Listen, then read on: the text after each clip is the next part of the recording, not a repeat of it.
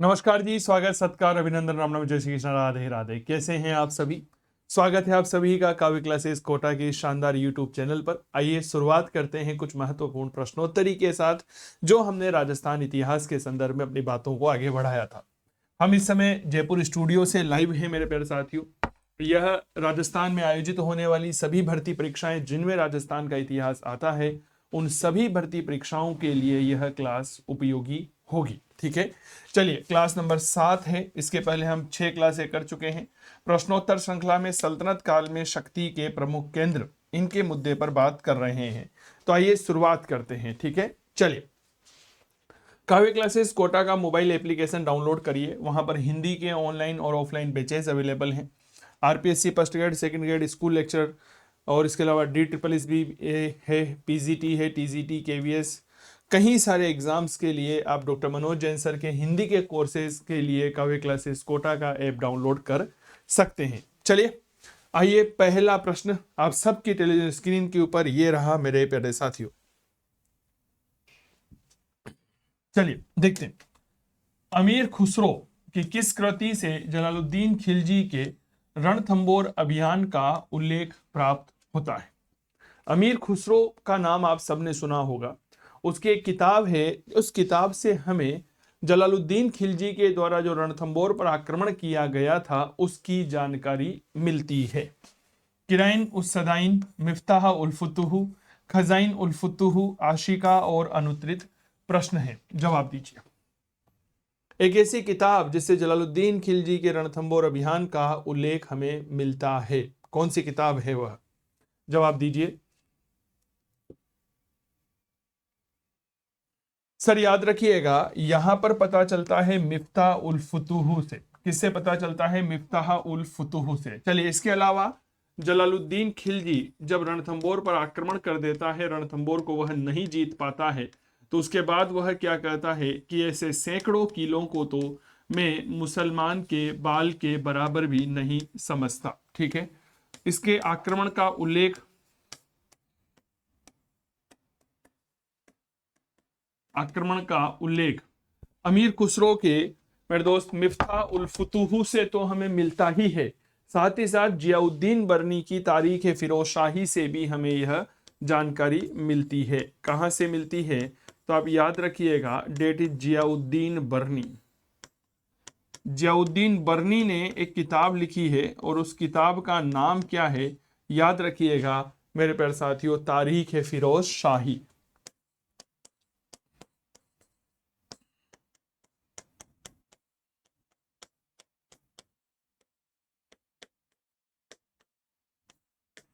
यहां से भी हमें इस आक्रमण की जानकारी मिलती है। अब आपके मन में एक प्रश्न आ रहा होगा, सर अलाउद्दीन खिलजी ने जो है वह उसने भी रणथंबोर पर आक्रमण किया था, फिर हमें उसके आक्रमण की जानकारी कौन से ग्रंथ से मिलती है?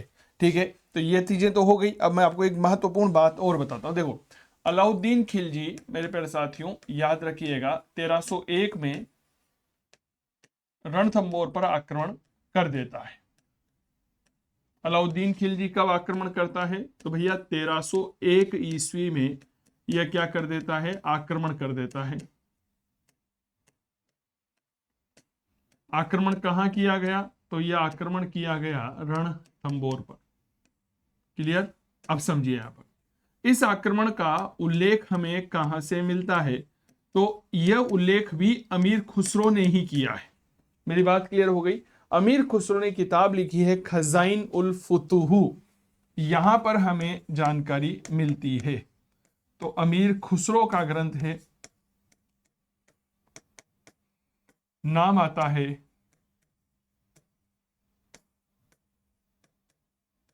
खजाइन उल फुतुह। क्लियर बात? यहां से हमें जानकारी मिलती है। उम्मीद करता हूं ये बातें क्लियर हो गई होगी। चलिए आइए, अगला प्रश्न आपके लिए ये रहा। जालोर के चौहान वंश का संस्थापक कौन था? जालोर का जो चौहान वंश है, इसका संस्थापक कौन था? कानड़ देव, कीर्तिपाल, रतन सिंह, हमीर देव और अनुत्तरित प्रश्न है, बताएं। जालोर के चौहान वंश का संस्थापक कौन था?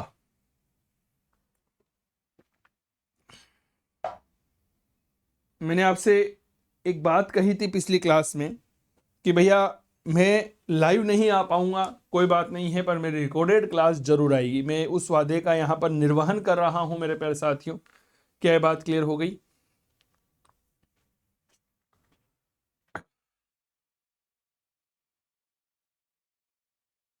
सर याद रखना, जालोर के चौहान राजवंश का संस्थापक कोई और नहीं कीर्तिपाल को माना जाता है।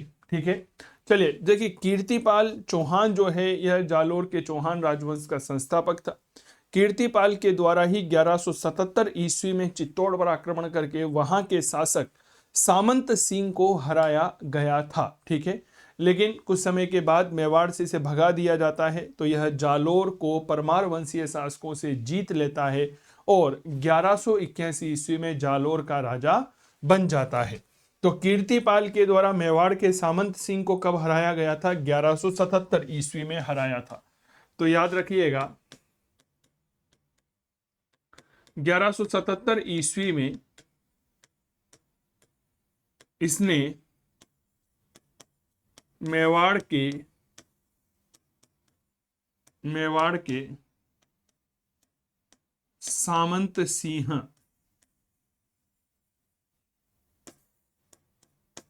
को हराया था। क्या बात क्लियर हो गई? किसको हराया था? मेवाड़ के सामंत सिंह को हराया था। बाद में यह मेवाड़ से निष्कासित कर दिया जाता है और 1181 ईस्वी में यह जालोर का राजा बनता है। चलिए अगला प्रश्न यह रहा, जालोर में अलाउद्दीन खिलजी का समकालीन राजा कौन था? शीतल देव, कान्हड़ देव, महलक देव, बीसल देव और अनुत्तरित प्रश्न है, जवाब दीजिए।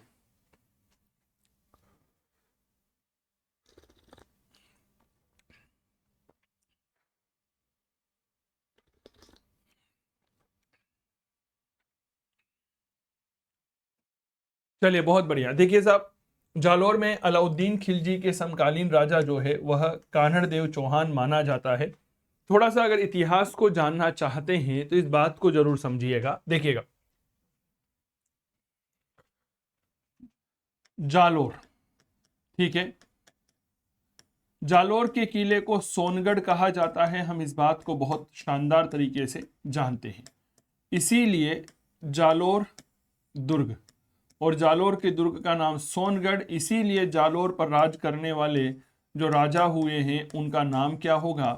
याद रखना, सोनगरा चौहान होगा। क्या होंगे? सोनगरा चौहान होंगे। ठीक है, अब इन सोनगरा चौहानों में एक राजा हुआ है जिसका नाम है कान्हड़ देव। काफी ज्यादा उपयोगी राजा है हमारे लिए, ठीक है, परीक्षा के दृष्टिकोण से। सर कान्हड़ देव का मुकाबला होता है 1311 ईस्वी में अलाउद्दीन खिलजी से। क्या ये बात क्लियर हो गई? अलाउद्दीन खिलजी का से मुकाबला होता है 1311 ईस्वी में। इसके पहले 1308 ईस्वी में सिवाना का युद्ध हो चुका है, जिसमें अलाउद्दीन खिलजी एक तरह से सिवाना के राजा शीतल देव को पराजित कर चुका है। क्या ये बात क्लियर हो गई? तो कान्हड़ देव का यहाँ पर पुत्र का नाम क्या है? तो आप याद रखिएगा, इसके बेटे का नाम है वीरम देव। क्या नाम है बेटे का? वीरम देव। ठीक है, ये दोनों ही लड़ते हुए क्या हो जाते हैं? वीर गति को प्राप्त हो जाते हैं। ठीक है, क्या हो जाते हैं? तो आप याद रखिएगा, यह वीर गति को प्राप्त हो जाते हैं। और दुर्ग कौन जीत लेता है? अलाउद्दीन खिलजी इस आक्रमण को जीत लेता है। क्यों? क्योंकि यहां पर इसके साथ राजद्रोह किया गया था। इसके साथ क्या किया गया था? विश्वासघात किया गया था। और यह विश्वासघात किसने किया था? तो नाम याद रखिएगा, डेट इज बीका दैया। बीका दैया ने विश्वासघात किया था। और जो जालोर का किला था, उस किले में घुसने के जो प्रवेश द्वार थे, गुप्त प्रवेश द्वार, वो गुप्त प्रवेश द्वार बीका दैया अलाउद्दीन खिलजी की सेना को बता देता है। अब अलाउद्दीन खिलजी जालोर जीत लेता है, जालोर विजय कर लेता है। जालोर विजय करने के बाद जालोर का नाम बदल करके क्या कर देता है? याद रखिएगा, जलालाबाद कर देता है। और यहां का प्रशासक किसे बनाया जाता है? तो प्रशासक बनाया जाता है कमालुद्दीन गुर्ग को। प्रशासक किसे बनाया गया? तो याद रखिएगा कमालुद्दीन गुर्ग को यहाँ का प्रशासक बनाया गया था। ठीक है, इसी अलाउद्दीन खिलजी ने मेरे दोस्त जालोर में एक मस्जिद बनवाई और उस मस्जिद का नाम आता है तोप खाने की मस्जिद, तोप खाना मस्जिद। इसका निर्माण भी यहां पर करवाया जाता है।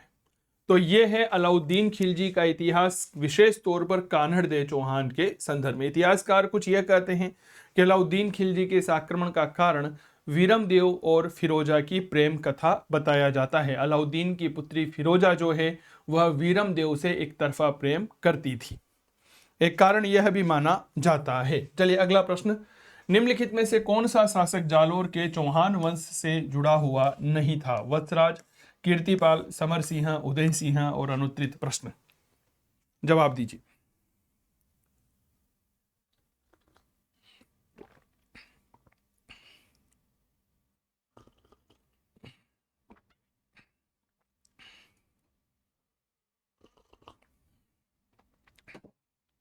चलिए साहब, सर वत्सराज जो है यह मूल रूप से मेरे दोस्त गुर्जर प्रतिहार शासक था। कौन था यह? गुर्जर प्रतिहार शासक था जिसने त्रिपक्षीय संघर्ष का प्रारंभ किया था। किसकी शुरुआत की थी? तो याद रखिएगा त्रिपक्षीय संघर्ष का प्रारंभ किया था। यह वही वत्सराज है जिसने ओशिया में महावीर जैन मंदिर का निर्माण करवाया। ओशिया में इसने क्या करवाया? तो आप याद रखिएगा महावीर जैन मंदिर बनवाया। यह महावीर जैन मंदिर पर इतना ज्यादा फोकस करने की क्या बात है भाई कि महावीर जैन मंदिर तो हमें कहीं जगह मिल जाएंगे, लेकिन ओशिया के महावीर जैन मंदिर की चर्चा करने का कोई विशेष कारण? बिल्कुल सर, यह पश्चिमी भारत का सबसे प्राचीन महावीर जैन मंदिर है। सबसे प्राचीन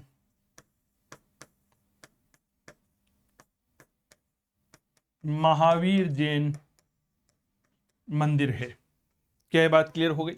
पश्चिमी भारत का सबसे प्राचीन महावीर जैन मंदिर कौन सा है? ओशिया का महावीर जैन मंदिर है। अगला प्रश्न, कानड़ देव कौन था? नागौर का राजा, जालोर का राजा, एक कवि, चौहानों का एक सामंत और अनुत्तरित प्रश्न है, बताएं। कानड़ देव चौहान कौन था? अभी थोड़ी देर पहले ही कानड़ देव चौहान के संदर्भ में बहुत ही विस्तार से चर्चा हमने की थी, बताएं।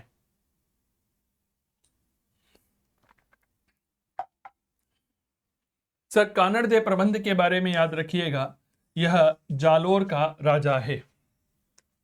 कानड़ देव प्रबंध की जानकारी का स्रोत क्या है? यह प्रश्न हमसे पूछा जाता है। तो आप याद रखिएगा इसकी जानकारी का जो महत्वपूर्ण स्रोत है वह स्रोत माना गया है पद्मनाभ का ग्रंथ। पद्मनाभ ने एक किताब लिखी है और उस किताब का नाम क्या है? नाम है कानड़ देव प्रबंध। पद्मनाभ की किताब कानड़ देव प्रबंध जो है वो एक महत्वपूर्ण सोर्स है जो हमें कानड़ देव चौहान की जानकारी बताता है। क्लियर हो गई बात?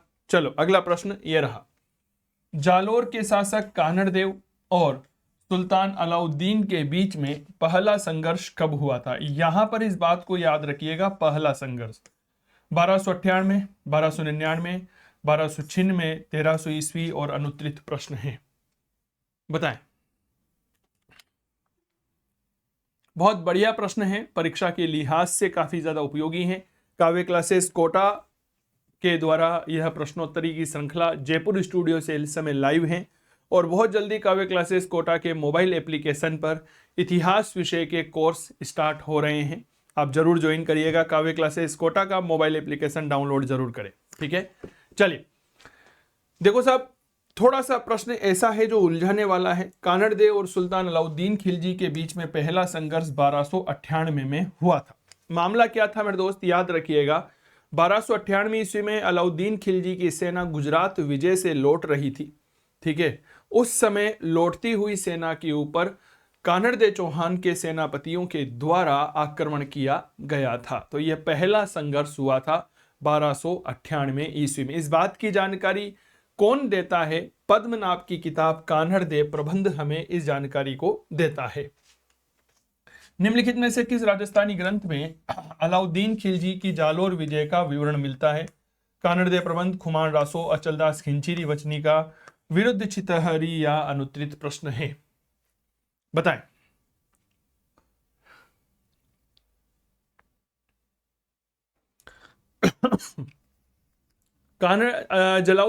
अलाउद्दीन खिलजी की जालोर विजय, अलाउद्दीन खिलजी की जालोर विजय है ना, ये कब की थी? अलाउद्दीन की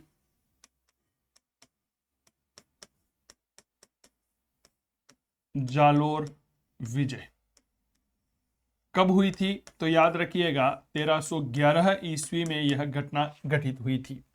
इसकी जानकारी कौन देता है? याद रखिएगा वही कान्हड़ देव प्रबंध के द्वारा दी जाती है जो पद्मनाभ ने लिखा है। थोड़ी सी जानकारियां लीजिए विशेष तौर पर पद्मनाभ के इस ग्रंथ कान्हड़ देव प्रबंध के बारे में। देखिए सर, एक बेसिकली चौहान राजा था, चौहान शासक था और उसका नाम मिलता है अखेराज।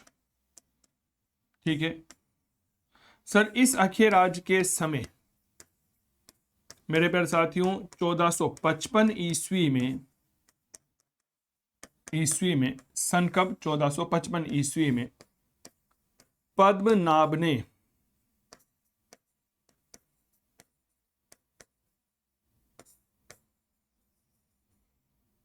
यह ग्रंथ लिखा था और इसका नाम क्या है?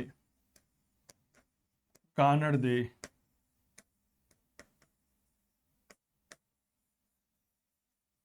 प्रबंध।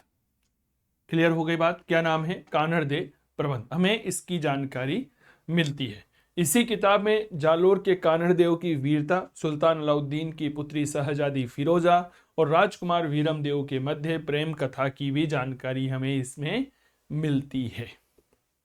अगला प्रश्न ये रहा, प्रश्न पर फोकस करेंगे। चलिए साहब, प्रश्न क्या कह रहा है, आइए चर्चा करते हैं।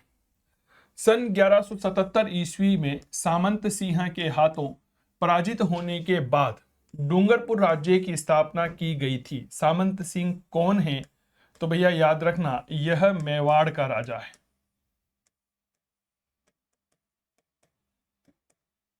राणा महपा, विजयपाल, भीमादेव, कीर्तिपाल और अनुत्तरित प्रश्न। पराजित होने के बाद में डूंगरपुर राज्य की स्थापना जो है वह किसके द्वारा की गई थी, बताएं।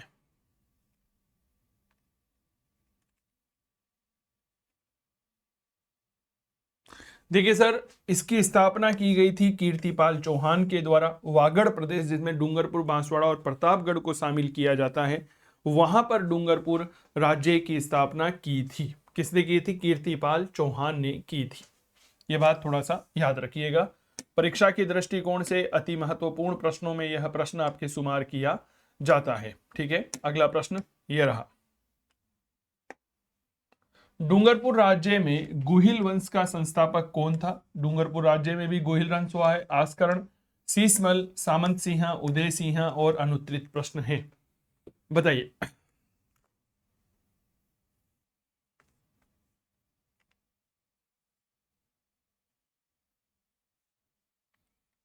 देखिए मेरे दोस्त, अब यहां पर गुहिल राजवंश की बात कर रहे हैं तो घटना सुनिएगा थोड़ा सा। घटना कब की है? घटना है 1177 ईस्वी की। ठीक है, देखो क्या घटना है कि 1177 ईस्वी में एक महत्वपूर्ण घटना होती है कि जालोर का चौहान राजा था, नाम था कीर्तिपाल। क्या नाम है भैया? याद रखना, कीर्तिपाल। यह कीर्तिपाल मेवाड़ पर आक्रमण कर देता है। मेवाड़ पर आक्रमण करने के बाद मेवाड़ का राजा होता है सामंत सिंह। कौन होता है भैया इस समय? तो आप याद रखना, सामंत सिंह। ये सामंत सिंह यहां से आ जाता है वागड़ के क्षेत्र में, ठीक है, वागड़ कह लीजिए या आप इसे कह सकते हैं डूंगरपुर कह सकते हैं। और डूंगरपुर का इस समय राजा था चोरसीमल। डूंगरपुर का राजा कौन था? चोरसीमल। चोरसीमल।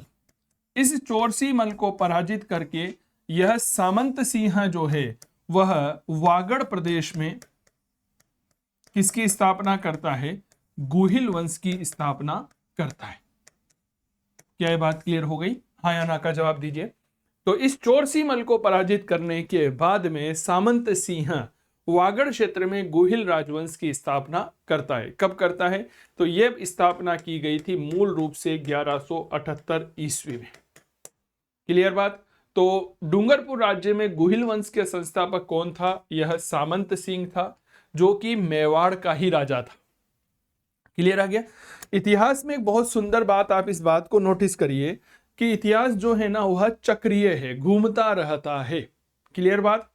यह बात याद रखिएगा। इतिहास की चक्रीय अवधारणा हमारे इतिहास में काफी बहुत महत्वपूर्ण। जब आप हिस्टोग्राफी पढ़ते हैं, इतिहास लेखन और दर्शन पढ़ते हैं, तो उसमें पता चलता है कि प्राचीन भारतीयों की इतिहास के प्रति जो दृष्टिकोण था, वह दृष्टिकोण भी कौन सा था? चक्रीय दृष्टिकोण माना जाता है। क्लियर हो गई बात? चलिए साहब, अगला प्रश्न देखिए। राजस्थान का कौन सा पूर्व राजवंश शैव परंपरा का निर्वहन करता है? चौहान, गोहिल, सिसोदिया, राणा और अनुत्तरित प्रश्न। शैव परंपरा का अनुसरण करता है। शैव परंपरा में मूल बात क्या होती है? शैव परंपरा में मूल बात होती है भगवान शंकर की आराधना की जाती है। ठीक है, तो एक ऐसा राजवंश ऐसा पर जो कि अभी भी शैव परंपरा का निर्वहन करता है। तो देखिएगा, गुहिल राजवंश। देखिए, जब हम गुहिल राजवंश की चर्चा करते हैं तो मेरे प्यारे साथियों याद रखिएगा, इसका एक राजा था, नाम था बप्पा रावल। इस बप्पा रावल के द्वारा कैलाशपुरी, और यह कैलाशपुरी कहां पर है? यह है उदयपुर में। यहां पर मेरे प्यारे साथियों याद रखिएगा, एक लिंग जी के शिव मंदिर का निर्माण करवाया गया।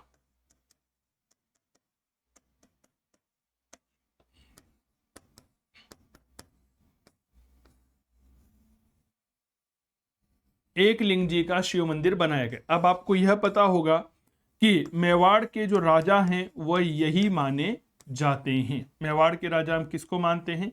तो हम मेवाड़ के राजा के तौर पर एक लिंग जी को ही मानते हैं। और जो मेवाड़ के राजा होते हैं वह इनके क्या माने जाते हैं? दीवान माने जाते हैं।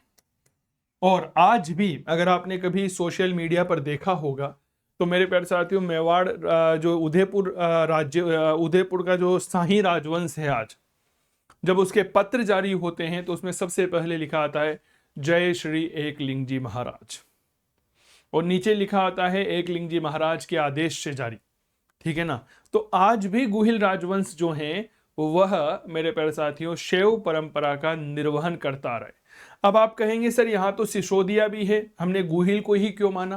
क्योंकि गुहिल के बाद ही तो सिसोदिया आया, दोनों एक ही तो है। मेरे दोस्त, यह परंपरा इसलिए हमने माना क्योंकि यह परंपरा गुहिल वंश के आदि पुरुष बप्पा रावल के समय से चली आ रही है, इसीलिए हमने इसमें गुहिल वंश को माना है। माना कि सिसोदिया राजवंश की स्थापना 1326 ईस्वी में हम्मीर ने की थी, राणा हम्मीर ने की थी, लेकिन सर परंपरा की शुरुआत तो गुहिल ने ही कर दी थी। गुहिल राजवंश के आदि पुरुष, गुहिल राजवंश के आदि पुरुष, मूल पुरुष बप्पा रावल के समय से यह परंपरा चली आ रही है, इसीलिए हम यहां पर इन्हें मानते हैं। क्या ये बात क्लियर हो गई? और यह प्रश्न जो है प्रयोगशाला सहायक विज्ञान परीक्षा 2022 में पूछा गया था और उसमें भी गुहिल को ही माना गया है। अगला प्रश्न, 1303 ईस्वी में चित्तौड़ अभियान के दौरान जो मुस्लिम इतिहासकार अलाउद्दीन खिलजी के साथ था उसका नाम है जियाउद्दीन बरनी, इसामी, मिनाज उस सिराज, अमीर खुसरो और अनुत्तरित प्रश्न है, बताएं। 1301 में चित्तौड़ पर आक्रमण किया जाता है। ठीक है, इतिहास आप लोग बहुत अच्छे से जानते हैं। 1303 ईस्वी, माफी चाहूंगा, 1301 में तो रणथंबोर पर आक्रमण हुआ था। 1303 ईस्वी कहां पर आक्रमण करता है? यह चित्तौड़ पर आक्रमण करता है। इस समय चित्तौड़ पर शासन था रावल रतन सिंह का, रावल रतन सिंह का। ठीक है, तो रावल रतन सिंह जो हैं मेरे दोस्त, इसके दो सेनापति थे, एक का नाम था गोरा और एक का नाम था बादल। गोरा और दूसरे का नाम बादल। ये दो सेनापति हमें यहां पर देखने को मिलते हैं। और यहां पर किसने विश्वासघात किया था? राघव चेतन ने विश्वासघात किया था। राघव चेतन चित्तौड़ से अलाउद्दीन खिलजी के पास चला जाता है और रानी पद्मिनी की जानकारी अलाउद्दीन खिलजी को देता है। फिर अलाउद्दीन खिलजी चित्तौड़ आक्रमण की योजना बनाता है और सारी बातें बता देता है। तो याद रखना, यह जानकारी अमीर खुसरो हमेशा साथ रहता है। एक बात तो है, जब भी अलाउद्दीन खिलजी कहीं आक्रमण करने के लिए निकलता था ना, तो वह अपने साथ इस अमीर खुसरो को लेकर जाया करता था। ठीक है, क्यों? कि भाई एक काम करना, मैं जो जो करूं तो लिखता चला जाना, ताकि भविष्य में जब पढ़ाया जाएगा तो उनके पास एक स्रोत रहेगा। क्लियर? तो अमीर खुसरो साथ आया था, जिसने अपनी किताब खजाइन उल फुतूह में इस आक्रमण की जानकारी दी है। इसकी किताब कौन सी है? तो किताब का नाम याद रखिएगा, that is Khazain ul Futuh. Clear? किताब का नाम क्या है? तो याद रखना खजाइन उल फुतूह है, जिसमें अलाउद्दीन खिलजी के 1303 ईस्वी के चित्तौड़ पर आक्रमण की जानकारी हमें मिलती है। अगला प्रश्न देखिए, मेवाड़ के निम्न राजाओं का सही क्रमिक कालक्रम होगा? हमीर, क्षेत्रसिंह, लक्ष्य और मोकल। क्षेत्रसिंह, हमीर, लक्ष्य मोकल, लक्ष्य मोकल, हमीर, क्षेत्रसिंह, मोकल, क्षेत्रसिंह, हमीर, लक्ष्य और अनुत्तरित प्रश्न। यहां पर कुछ राजा दे रखे हैं। कृषि अनुसंधान भर्ती परीक्षा 2022 में यह सवाल पूछा गया था। ठीक है, जवाब दीजिए कि कुछ राजा हैं और आपको इनका सही कालक्रम बताना है। पहले इस तरह के प्रश्न सामान्य रूप से बहुत कम पूछे जाते थे। किसी एक राजा का टाइम पीरियड देकर के पूछ लिया जाता था कि बताओ यह किस राजा का समय है। क्या बात क्लियर हो गई? लेकिन अब थोड़ा सा परिवर्तन होने लगा है। 4-5 राजा देकर के जो है उनका क्रम पूछा जाता है। अलाउद्दीन खिलजी की विजय पूछी जाती है, पता होगा आप लोगों को। ठीक है ना? तो आजकल ये सब चीजें होने लगी है। अलाउद्दीन खिलजी की विजय गुजरात है, फिर रणथंबोर आ जाता है, फिर उसके बाद आप सीधा चित्तौड़ आ जाइए, मालवा आ जाइए, मालवा के बाद आप सीधा सिवाना चले जाइए। क्या ये बात क्लियर हो गई? और सिवाना के बाद रणथंबोर, और रणथंबोर के बाद जो है आप सीधा आक्रमण कर लीजिए, सिवाना के बाद आप जालोर चले जाइए, और जालोर के बाद आप जैसलमेर चले जाइए। ठीक है, अब देखिए, सबसे पहले गद्दी पर यहां पर बैठता है साहब हमीर, जिसे हम राणा हमीर के नाम से भी जानते हैं, जिसने सिसोदिया राजवंश की स्थापना करी थी। कब गद्दी पर बैठा था? 1326 ईस्वी से लेकर के लगभग 1364 ईस्वी तक यह गद्दी पर रहा। इसके बाद गद्दी पर बैठा क्षेत्रसिंह। ठीक है, यह आपके 1364 ईस्वी से लेकर के 1382 ईस्वी तक गद्दी पर रहेगा। क्लियर बात? सर, इसके बाद गद्दी पर बैठा राणा लाखा, और लाखा गद्दी पर बैठा 1382 से लेकर के 1421 ईस्वी तक। इसके बाद गद्दी पर बैठता है राणा मोकल। क्या ये बात क्लियर हो गई? और मोकल गद्दी पर बैठा 1421 से लेकर के 1433। और फिर इसके बाद की अगर राजाओं की जानकारी आप लेना चाहते हैं तो मेरे दोस्त राणा कुंभा गद्दी पर बैठता है ना? टाइम पीरियड बता देता हूं, लगभग 1433 से 1468। मोकल के बाद गद्दी पर बैठा उदा के बाद गद्दी पर बैठा रायमल। क्लियर? रायमल के बाद संग्राम सिंह गद्दी पर बैठ जाता है 1509 में, जिसे हम सांगा कहते हैं। सांगा के बाद गद्दी पर बैठा रतन सिंह। ठीक है, रतन सिंह के बाद गद्दी पर बैठ जाता है विक्रमाद्वितीय। इस तरह से यह राजवंश फिर आगे बढ़ता रहता है। विक्रमादित्य के बाद गद्दी पर आप बैठा दीजिए उदय सिंह को। उदय सिंह के बाद आप गद्दी पर प्रताप को बैठा दीजिए, प्रताप के बाद अमर सिंह प्रथम को आप गद्दी पर बैठा दीजिए। तो इस तरह से यह राजवंश की परंपरा आगे चलती रहती है। क्या ये बातें क्लियर हो गई? बताइए। Very good. ठीक है, थोड़ा सा इन चीजों को जरूर याद रखिएगा। हमीर, अब देखो अगर हम राजाओं की विशेषताओं की बात करते हैं, क्योंकि 4 राजा हमारे लिए पूछे गए हैं, ठीक है ना, तो इनको भी थोड़ा सा देख लीजिए। जैसे सबसे पहले अगर मैं बात करता हूं हमीर के बारे में, तो हमीर की एक महत्वपूर्ण बात यह है कि भैया इसने मेवाड़ में सिसोदिया राजवंश की स्थापना की थी, या सिसोदिया शाखा की स्थापना की थी। सिसोदिया शाखा, सिसोदिया वंश होगा, आप तो यह मान के चलिएगा की स्थापना की थी। यह वही है जिसने अन्नपूर्णा माता का मंदिर भी बनाया था। इसके बाद गद्दी पर बैठा क्षेत्र सिंह, कोई महत्वपूर्ण काम नहीं हुआ, ठीक है, अभी देखा भी से हमने, यह क्षेत्र सिंह। क्षेत्र सिंह के बाद गद्दी पर बैठे राणा लाखा। राणा लाखा के समय जो महत्वपूर्ण काम हुआ वो याद रखिएगा, पिछोला झील बनी।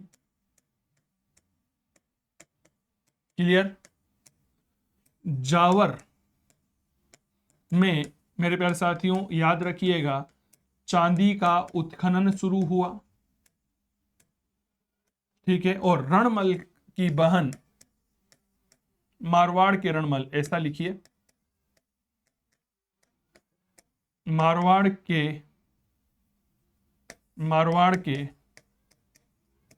रणमल की बहन हंसाबाई से विवाह किया।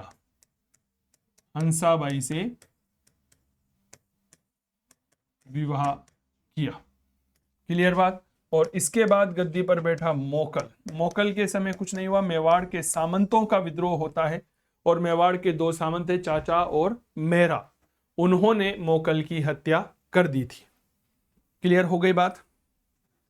चलिए साहब, अगला प्रश्न, फिर वही प्रश्न है, कुछ राजा हैं, कालक्रम पूछा गया है, जैत्र सिंह, समर सिंह, तेज सिंह, समर सिंह, तेज सिंह, जैत्र सिंह, जैत्र सिंह, तेज सिंह, समर सिंह, तेज सिंह, समर सिंह, जैत्र सिंह, और अनुत्तरित प्रश्न है ना। कभी कभी राजाओं का बहुत इंपॉर्टेंट रोल होता है सर इतिहास, ठीक है ना। बताइए।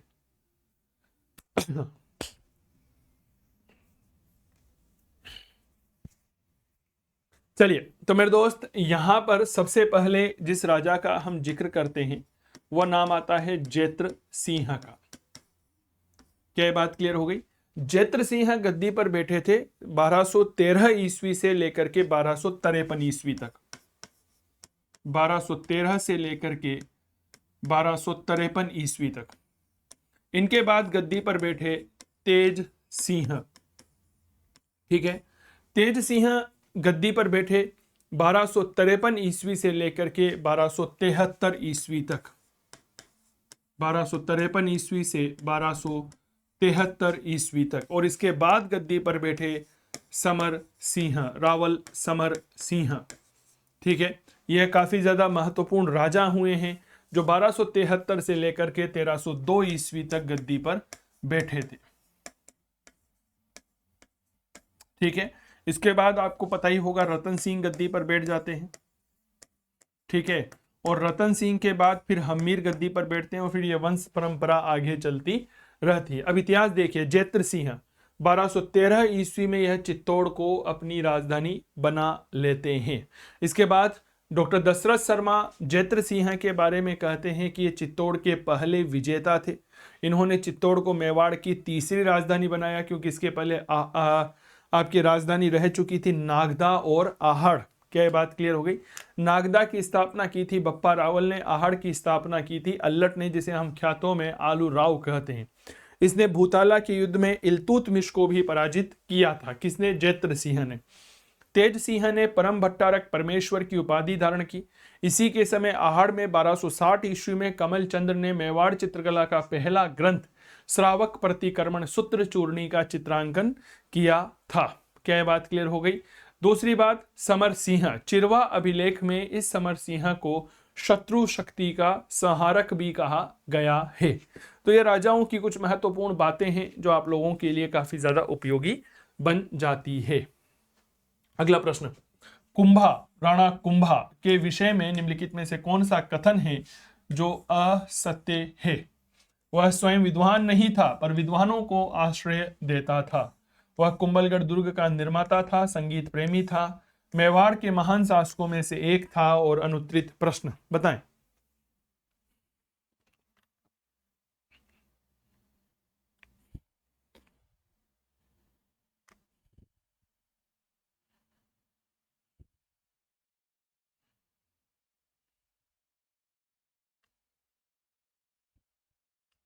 बताएं कुंभा के विषय में एक कौन सा कथन है जो गलत है? देखिए कुंभा, राणा कुंभा, इसमें लिखा हुआ है कि वह स्वयं विद्वान नहीं था पर विद्वानों को आश्रय देता था। कितना अतिशयोक्तिपूर्ण कथन है ना कि विद्वानों को विद्वान नहीं था। राणा कुंभा जैसा विद्वान तो इतिहास में नहीं हुआ। राणा कुंभा स्वयं बहुत बड़ा विद्वान था, विद्यानुरागी राजा था। वह वेद, स्मृति, मीमांसा, उपनिषद, पुराण, व्याकरण, राजनीति, साहित्य का बहुत बड़ा ज्ञाता था। राणा कुंभा का शासनकाल मेवाड़ के समग्र इतिहास का शासनकाल कहलाता है। मैंने यहाँ पर एक शब्द का प्रयोग किया है, समग्र इतिहास। समग्र इतिहास क्यों लिया है? समग्र इतिहास में कला, साहित्य, स्थापत्य कला, संगीत कला, नृत्य कला, नाट्य कला सभी को शामिल कर लिया जाता है। उसने संगीत राज, संगीत मीमांसा, सूड प्रबंध जैसे ग्रंथों की रचना करी थी। तो राणा कुंभा जो है इसका शासनकाल क्या माना जाता है? तो 1433 ईस्वी से लेकर के 1468 ईस्वी इसका शासनकाल माना जाता है। राणा कुंभा के बारे में क्या कहा जाता है? यह स्वयं बहुत बड़ा साहित्यकार था। यह कौन था?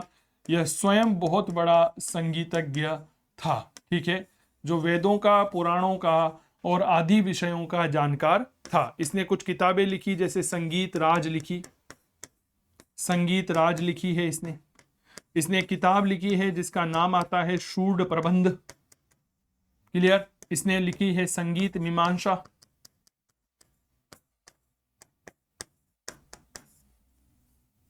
संगीत मीमांसा, मीमांसा का मतलब क्या होता है पता है आप लोगों को? मीमांसा का तात्पर्य होता है मेरे प्यारे साथियों, याद रखिएगा, व्याख्या करना।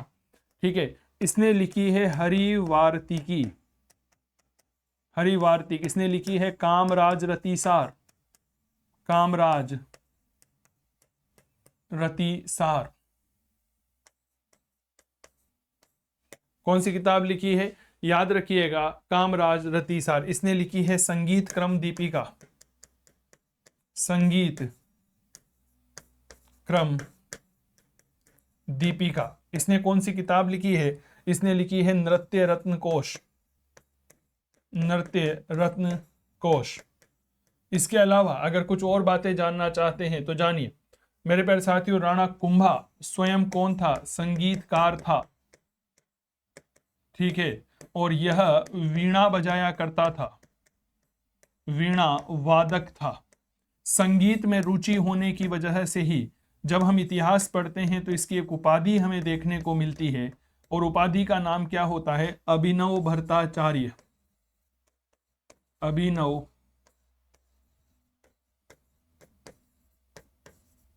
भट्टाचार्य। क्या ये बात क्लियर हो गई? क्या उपाधि मिलती है? याद रखिएगा, अभिनव भट्टाचार्य। इसकी किताबें और बात करना चाहें तो रसिक प्रिया इसी की किताब है ना? रसिक प्रिया।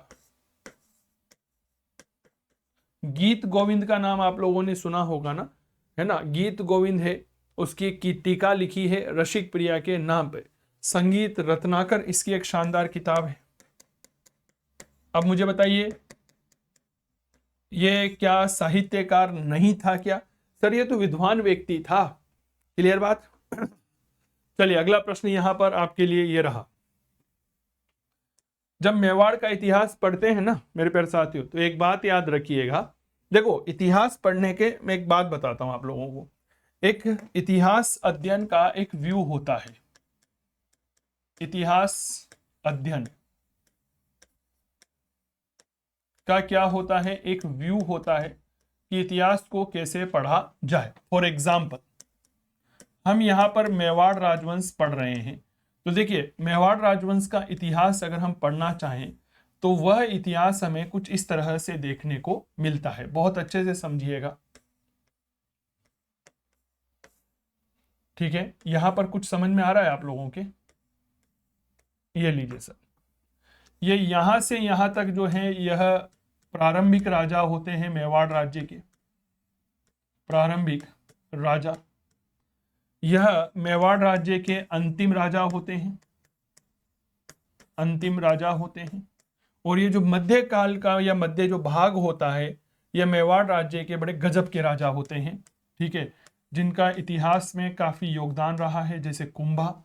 ठीक है, कुंभा के बाद आप यहाँ पर राणा सांगा का योगदान पढ़िए, सांगा के बाद यहाँ पर आप उदय सिंह का योगदान याद रखिएगा, राणा प्रताप का योगदान याद रखिए। इसके अलावा बात करते हैं अमर सिंह प्रथम, इनका योगदान याद रखिए। आप यहां पर याद रखिएगा राजसिंह का योगदान। तो ऐसे हम प्रत्येक राजवंश में जो है कुछ महत्वपूर्ण राजा होते हैं जिनकी वजह से वह राजवंश ऊंचाइयों को प्राप्त करता है। क्या मैं ठीक कह रहा हूं? मुगल राजवंश आप देखिए, बाबर कुछ नहीं, हुमायूं खत्म, उसके बाद अकबर, जहांगीर, शाहजहां महत्वपूर्ण रहा, औरंगजेब के काल में पतन होना शुरू हो गया। आमेर का राजवंश देख लिए, शुरुआत में कुछ नहीं हुए, लेकिन बीच के राजा बड़े गजब के हुए। मान सिंह हुआ, मिर्जा राजा सवाई जय सिंह, है ना, ये बड़े गजब के राजा हुए जिन्होंने इतिहास को एक नई ऊंचाइयां प्रदान करी। मारवाड़ के इतिहास में भी आप इस तरह देख सकते हैं। प्रत्येक राजवंश के इतिहास में हमें इस तरह का ही चक्राकार दृष्टिकोण, माफी चाहूंगा, इस तरह का ही एक विचार देखने को मिलता है। और आप प्रीवियस ईयर के प्रश्न उठा करके देखिए, सबसे ज्यादा प्रश्न जो है ना वो हमें यहीं से देखने को मिलते हैं। क्लियर बात? तो ऐसा डायग्राम जो है ना आपके प्रत्येक राजवंश में बन जाएगा, ये बात याद रखिएगा। अगला, महाराणा कुंभा के समय का प्राचीनतम ज्ञात अभिलेख विक्रम संवत 1490 का प्राप्त होता है। माछा गांव से, धुलेव गांव से, सिंघोली गांव से, पदराड़ा गांव से, और यह अनुत्तरित प्रश्न है, बताएं कहां से प्राप्त होता है?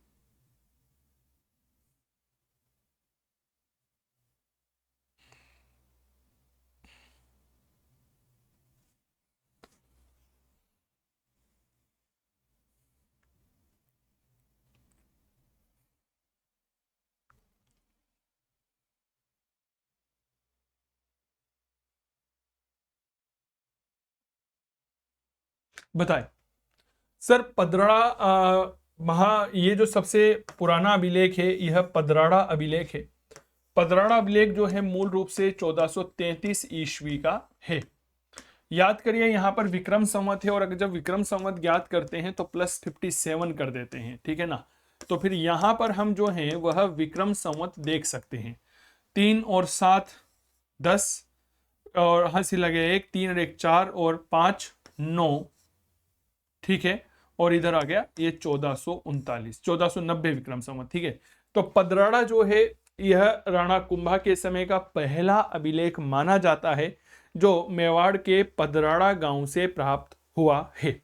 इसमें राणा कुंभा के द्वारा राज्य प्राप्ति के बाद जो अपने विद्रोही हैं उनका दमन जो किया गया था उसकी जानकारी हमें मिलती है। क्लियर बात? और यह जो पदराड़ा अभिलेख है इसकी भाषा क्या है? तो भैया इसकी भाषा हमें देखने को मिलती है संस्कृत। क्या देखने को मिलती है? संस्कृत देखने को मिलती है। चलिए अगला प्रश्न देखिए। निम्नलिखित युद्धों पर विचार करें। खानवा का युद्ध, हल्दी घाटी, सारंगपुर और दिवेर का युद्ध। ABCD, BADC, CABD, B और DVCA और अनुत्तरित प्रश्न बताएं। यहां पर हमने कुछ युद्ध आपके लिए दे रखे हैं।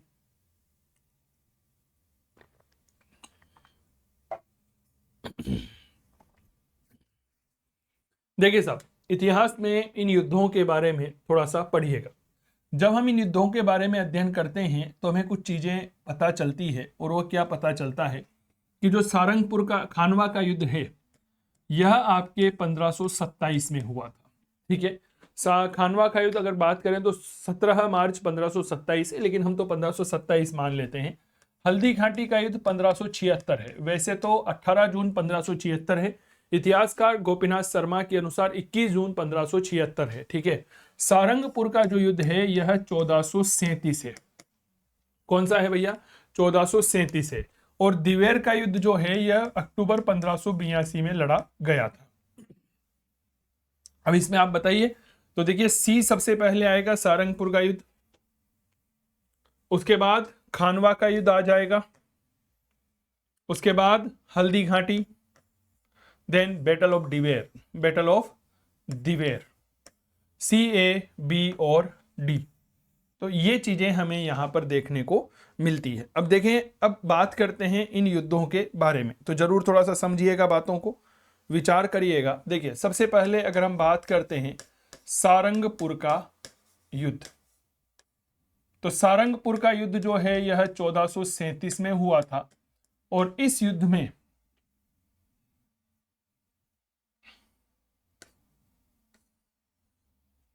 राणा कुंभा ने मालवा के महमूद खिलजी को हराया था। मालवा का महमूद खिलजी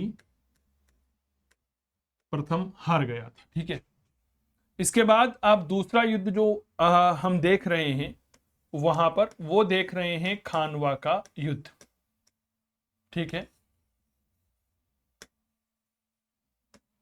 यह युद्ध कब हुआ? 1527, 17 मार्च 1527। और इस युद्ध में बाबर जीत जाता है और हमारे राणा सांगा जो है वह हार जाते हैं। क्लियर? चलिए, तीसरा महत्वपूर्ण युद्ध जो हमें यहां पर देखने को मिलता है वो क्या मिलता है, उसको आप याद रखेंगे, बैटल ऑफ हल्दी घाटी। ठीक है, हल्दी घाटी का यह युद्ध कब हुआ? 1576 में हुआ था। इस युद्ध में राणा प्रताप जीत जाते हैं और मानसिंह या मुगलों के नेतृत्व वाली जो सेना है वह हार जाती है।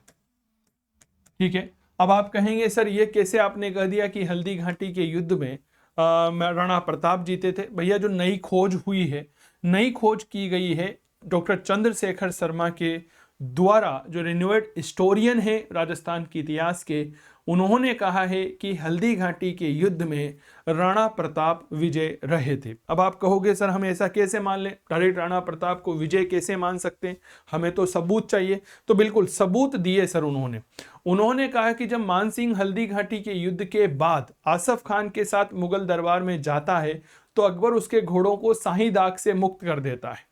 अकबर नाराज हो जाता है, दरबार में आने की उन्हें अनुमति नहीं देती। अब एक बात बताइए, अगर मानसिंह और आसफ खान युद्ध में विजयी होकर के जाते तो अकबर क्या उन्हें उनके घोड़ों को शाही दाग से मुक्त करता? क्या नहीं करता। दूसरी बात, क्या उन्हें दरबार में नहीं आने की अनुमति देता? क्या नहीं भाई साहब, वो बिल्कुल आजा स्वागत और करता, सम्मान और करता। तीसरी महत्वपूर्ण बात सुनिए, कुछ अभिलेख हमें ऐसे प्राप्त हुए हैं जहां से जानकारी मिलती है कि राणा प्रताप ने हल्दी घाटी के निवासियों को हल्दी घाटी युद्ध के बाद जमीन के पट्टे वितरित किए थे। यह जानकारी मिलती है 1652 ईस्वी की जगदीश मंदिर प्रशस्ति में।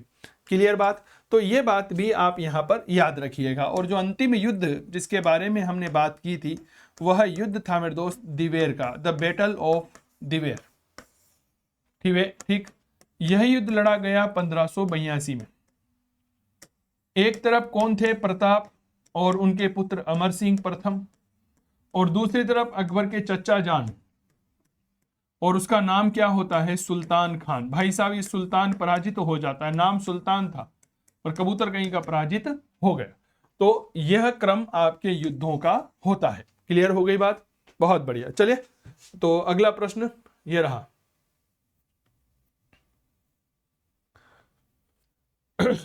सिंपल सा प्रश्न है कि पदराड़ा अभिलेख किस राजा के काल का है? कुमारपाल, महाराव वल्लभ सिंह, कुंभा, जगत सिंह और अनुत्तरित प्रश्न। अभी कुछ देर पहले ही इस पर बहुत लंबी चौड़ी परिचर्चा हमने की है। पदराड़ा अभिलेख जो है राणा कुंभा के काल का है। कब का है? 1433 ईस्वी का हमें मिलता है। चलिए, युद्ध हो गए। चंपानेर की संधि किन राज्यों के बीच हुई? मालवा गुजरात, मेवाड़ गुजरात, मालवा मेवाड़ और मारवाड़ और अनुत्तरित प्रश्न है। चंपानेर की संधि काफी महत्वपूर्ण प्रश्न है यह। चंपानेर की संधि भारतीय इतिहास में राजस्थान के इतिहास में और भारतीय इतिहास में 1456 ईस्वी में संपादित की गई थी। कब संपादित की गई थी? 1456 ईस्वी में यह संपादित हुई थी। यह किस किस के बीच हुई? तो भैया याद रखना, मालवा व गुजरात के बीच में हुई थी। इस समय मालवा के जो राजा थे उनका नाम क्या था? तो मालवा के कबूतर का नाम था महमूद खिलजी और गुजरात के राजा का नाम था कुतुबुद्दीन शाह। ठीक है, ये दोनों योजना बनाते हैं राणा कुंभा के विरुद्ध, है ना। ये दोनों क्या कहते हैं बताओ? महमूद खिलजी, कुतुबुद्दीन शाह, हम दोनों मिलकर राणा कुंभा के ऊपर आक्रमण करेंगे और राणा कुंभा को पराजित कर देंगे। जबकि ये लोग जानते नहीं हैं कि राणा कुंभा कितने वीर योद्धा हैं। ये नहीं जानते कि राणा कुंभा की ताकत कितनी है। लेकिन वही है ना, मुंगेरी लाल जी के हसीन सपने देखे जा रहे थे। अगला प्रश्न ये रहा, हाल गुरु की उपाधि जो है यह धारण करता है मोकल लाखा, चुंडा, कुंभा और अनुत्तरित। प्रश्न बताइए। आप लोगों से कहा था कि मैं आऊं या नहीं आऊं, पर मेरी क्लास जरूर आएगी। कभी कभी ऐसी संभावनाएं हो जाती है कि लाइव क्लास नहीं हो पाती है, कहीं सारे कारण हो जाते हैं। आज भी बेसिकली लाइव क्लास नहीं हो रही है, रिकॉर्डेड क्लास हम आपको दे रहे हैं, लेकिन आपको बिल्कुल भी ऐसा महसूस नहीं हो रहा होगा। Am I right my dear friends? तो यही विशेषता है, यही सुंदरता है क्लासों की। एक शिक्षक की भी यही सबसे बड़ी विशेषता है। काव्य क्लासेस कोटा का मोबाइल एप्लीकेशन जरूर डाउनलोड कर लीजिएगा, ठीक है ना। वहां पर आपको हमारे अपकमिंग कोर्सेस मिल जाएंगे, विशेष तौर पर व्याख्याता भर्ती परीक्षा के लिए, पीजीटी एग्जाम्स के लिए इतिहास विषय का संपूर्ण कोर्स वहां पर आपको मिलने वाला है। ठीक है, टेलीग्राम चैनल पर पीडीएफ डाल दी जाएगी काव्य क्लासेस कोटा के टेलीग्राम चैनल पर। और क्लास कैसी लग रही है ये जरूर हमें बताइएगा, कमेंट जरूर करिएगा क्लास कंप्लीट होने के बाद में कि आपको यह क्लास कैसी लगी और क्या सुधार करना चाह रहे हैं। चलिए सर, हाल गुरु की उपाधि राणा कुंभा ने धारण की थी। हाल गुरु का तात्पर्य क्या होता है? गिरी दुर्गों का स्वामी एवं पहाड़ी दुर्गों पर विजय प्राप्त करने वाला, या हम ऐसा कह सकते हैं दुर्गों का निर्माता।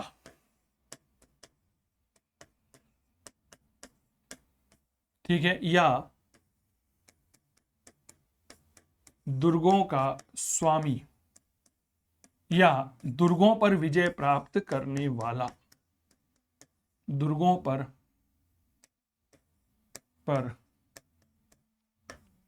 विजय प्राप्त करने वाला। ठीक है, चलिए जी, बहुत बढ़िया। अगला प्रश्न देखिए, राणा कुंभा की हत्या हुई कुंभलगढ़ में, नागदा में, चित्तौड़गढ़ में, अचलगढ़ में और अनुत्तरित। प्रश्न, राणा कुंभा की हत्या कहां हुई थी? बताएं।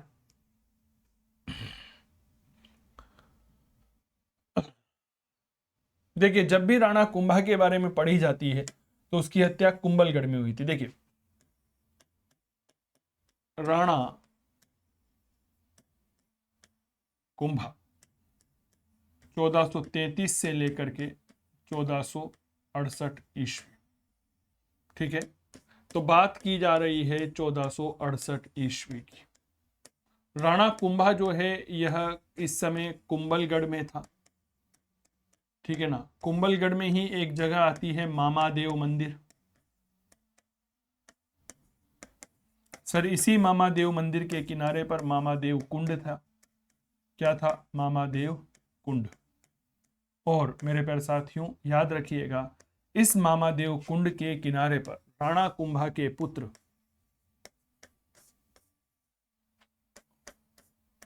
जिसे हम नाम देते हैं उदा, ठीक है, यह उदा कुंभा की हत्या कर देता है।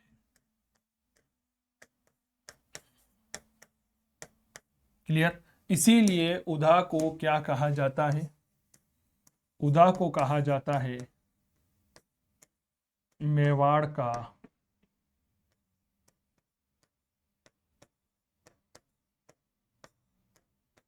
पितृहंता। क्लियर हो गई। चलिए सर, सन 1437 ईस्वी में मेवाड़ मालवा युद्ध का तात्कालीन कारण क्या था? 1437 में मेवाड़ मालवा युद्ध हुआ था और इसी युद्ध को क्या कहा जाता है? अभी थोड़ी देर पहले भी चर्चा की थी, बैटल ऑफ सारंगपुर। और इसी सारंगपुर युद्ध के विजय के बाद राणा कुंभा चित्तौड़ में विजय स्तंभ का निर्माण करवाता है। नागौर पर राजनीतिक नियंत्रण का मुद्दा, मालवा के महापा पवार को मेवाड़ को सौंपने से इनकार, मालवा का सिरोही के देवा राजपूतों को मेवाड़ के विरुद्ध समर्थन, मेवाड़ का मांडू दरबार के एक विद्रोही सामंत को आश्रय देने का प्रयास और अनुत्तरित प्रश्न है। बताएं। यहां पर एक प्रश्न है आप लोगों के लिए। प्रश्न क्या है, बहुत अच्छे से सुनिएगा कि 1437 ईस्वी में मेवाड़ और मालवा का युद्ध हुआ, इसका तात्कालीन कारण क्या माना जाता है? बताएं।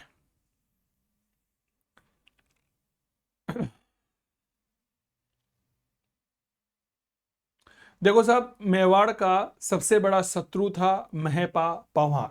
यह महपा पवार भाग करके मालवा चला जाता है और मालवा के सुल्तान महमूद खिलजी प्रथम ने इसको शरण प्रदान करी थी। राणा कुंभा तुरंत फोन लगा करके कहता है कि हे महमूद खिलजी, तेरे पास जो मेरा दुश्मन आया हुआ है फटाफट भेज दे, प्रत्यर्पण करवा दे उसका भैया, नहीं तो तू पराजित हो जाएगा, युद्ध करूंगा मैं। है महमूद खिलजी का युद्ध नहीं दूंगा, आजा युद्ध कर ले। और उस महमूद खिलजी बेचारे को यह नहीं पता था कि वह राणा कुंभा से बात कर रहा है। ठीक है ना, तो यह एक मूल कारण माना जाता है। निम्नलिखित क्षेत्रों में से राणा सांगा ने किन क्षेत्रों को मालवा के महमूद खिलजी द्वितीय से जीता? बिलासा, रायसेन, सारंगपुर, जबलपुर, रणथंबोर, चाकसू, मंदसौर, उज्जैन और अनुत्तरित प्रश्न।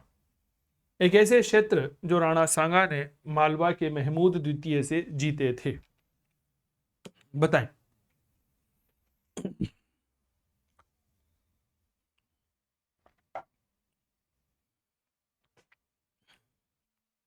सही जवाब क्या रहेंगे? तो मालवा के महमूद खिलजी से कुछ क्षेत्र जीते गए, जिनमें भिलसा का नाम आता है, जिनमें रायसेन का नाम आता है। राणा सांगा ने इन क्षेत्रों को जीता था। निम्नलिखित में से किस लड़ाई में महाराणा सांगा ने इब्राहिम लोदी को हरा दिया था? सारंगपुर का युद्ध, खातौली का युद्ध, खानवा का युद्ध, चंदेरी का युद्ध और अनुत्तरित प्रश्न। एक ऐसी लड़ाई जिसमें महाराणा सांगा ने इब्राहिम लोदी को हरा दिया था। ठीक है, बताइए। काफी अच्छा प्रश्न है। तो इब्राहिम लोदी को हराया गया था खातौली के युद्ध में। देखिए, राणा सांगा जो है ना, सांगा के युद्ध याद रखना, एक शब्द होता है कब्जी। ठीक है ना, आजकल फास्ट फूड के जमाने में लगभग हर एक व्यक्ति के कब्जी की समस्या है। हंसना मत, है ना। कब्जी, के का मतलब क्या होता है? के का मतलब होता है भैया खातौली। क्लियर, याद करवा रहा हूं। बी का मतलब क्या होता है?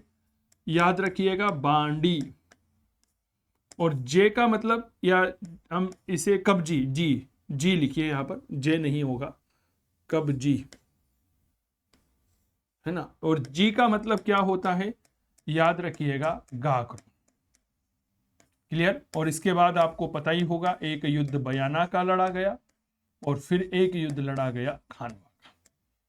तो राणा सांगा ने अपने जीवन काल में यह 5 महत्वपूर्ण युद्ध लड़े थे। कब्जी, केबीजी, के से खातौली, बी से बांडी, जी से गागरोन, फिर बयाना और खानवा।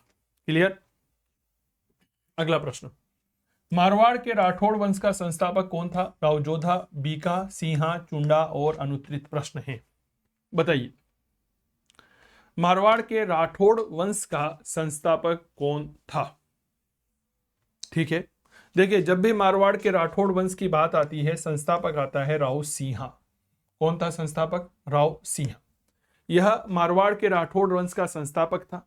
यह 1240 से लेकर 1273 ईस्वी तक गद्दी पर रहता है। 1240 से लेकर के 1273 ईस्वी तक यह गद्दी पर रहता है। मारवाड़ में राठौड़ वंश के निम्नलिखित प्रारंभिक राजाओं को काल क्रमानुसार व्यवस्थित कीजिए। राव सिंहा, राव आस्तान, राव दूहड़ और राव रायपाल। 1-3-2-4, 1-4-3-2, 1-3-4-2, 1-2-3-4 और अनुत्तरित प्रश्न बताएं। यहां पर हमें कुछ राजाओं के बारे में आपसे प्रश्न की जानकारी मिली है, ठीक है, सही जवाब उपलब्ध करवाएं। देखिए साहब, सबसे पहले बात कर लेते हैं राव सिंहा की। हम सब ने अभी थोड़ी देर पहले देखा कि राव सिंहा इस राजवंश का संस्थापक है। 1240 से लेकर के 1273 ईस्वी तक यह गद्दी पर होता है। क्लियर। राव सिंहा के बाद गद्दी पर बैठा राव आस्तान। यह काफी ज्यादा महत्वपूर्ण व्यक्ति है राव आस्तान। 1273 से 1291 ईस्वी तक, 1273 से 1291। इसके बाद गद्दी पर बैठा राव दूहड़ जी, ठीक है। राव दूहड़ का अपना एक अलग योगदान रहा है कि राठौड़ों की कुल देवी जो चक्रेश्वरी माता है, जिसे हम नागनेची माता भी कहते हैं, उन मां नागनेची माता की प्रतिमा को दूहड़ जी जो है कर्नाटक से बाड़मेर के नागाना गांव में लेकर के आए थे। क्लियर बात। 1291 से 1309। क्लियर। और इसके बाद गद्दी पर बैठे राव रायपाल। बहुत छोटे छोटे राजा हैं लेकिन काफी ज्यादा उपयोगी हो जाते हैं। राव रायपाल 1309 में राजगद्दी पर बैठा था। क्लियर बात। तो सही जवाब सीधा 1 2 3 4 होगा। ये चीजें थोड़ा सा याद रखिएगा। चलिए अगला प्रश्न। राव जोधा ने किस वर्ष जो है वह मंडोर को जीता? 1453, 1438, 1440, 1458 और अनुत्तरित प्रश्न है। राव जोधा ने किस वर्ष जो है वह मंडोर को जीता था?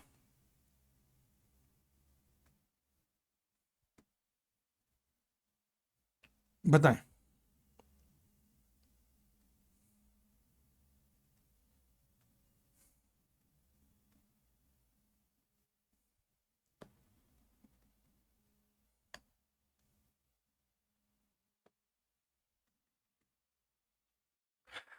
सर याद रखना, सर 1453 ईस्वी में जीता था। ठीक है। अगला प्रश्न। क्लास कैसी लग रही है प्लीज मुझे जरूर बताइएगा, ठीक है ना, कमेंट करके। इस तरह से राजस्थान के इतिहास की अद्भुत श्रृंखलाओं को हम आपके लिए लेकर आते रहेंगे। अगला प्रश्न ये रहा। राव जोधा ने किस वर्ष में जोधपुर नगर की स्थापना करी? 1313, 1113, 1459, 1539, 1526 और अनुत्तरित प्रश्न बताएं।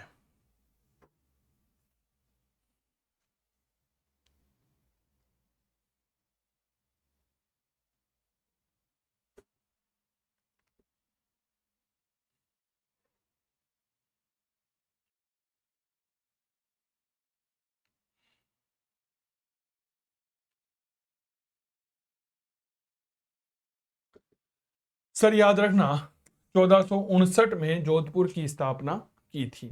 अगला प्रश्न ये रहा। राव गंगा की मृत्यु के उपरांत 5 जून 1531 ईस्वी में मारवाड़ का राजा कौन बना? वीरमदेव, शातलदेव, जसवंत सिंह, मालदेव और अनुत्तरित प्रश्न बताएं।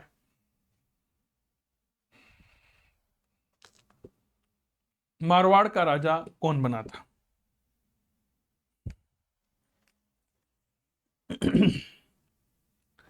सर याद रखना मारवाड़ का राजा बना था मालदेव। ठीक है। मालदेव मूल रूप से 1531 से लेकर के 1562 ईस्वी तक मारवाड़ का राजा रहता है। और इसी मालदेव का उपनाम क्या होता है? उपनाम याद रखिएगा, उपनाम होता है हशमत वाला बादशाह। हशमत वाला बादशाह। क्लियर बात। हशमत वाला बादशाह।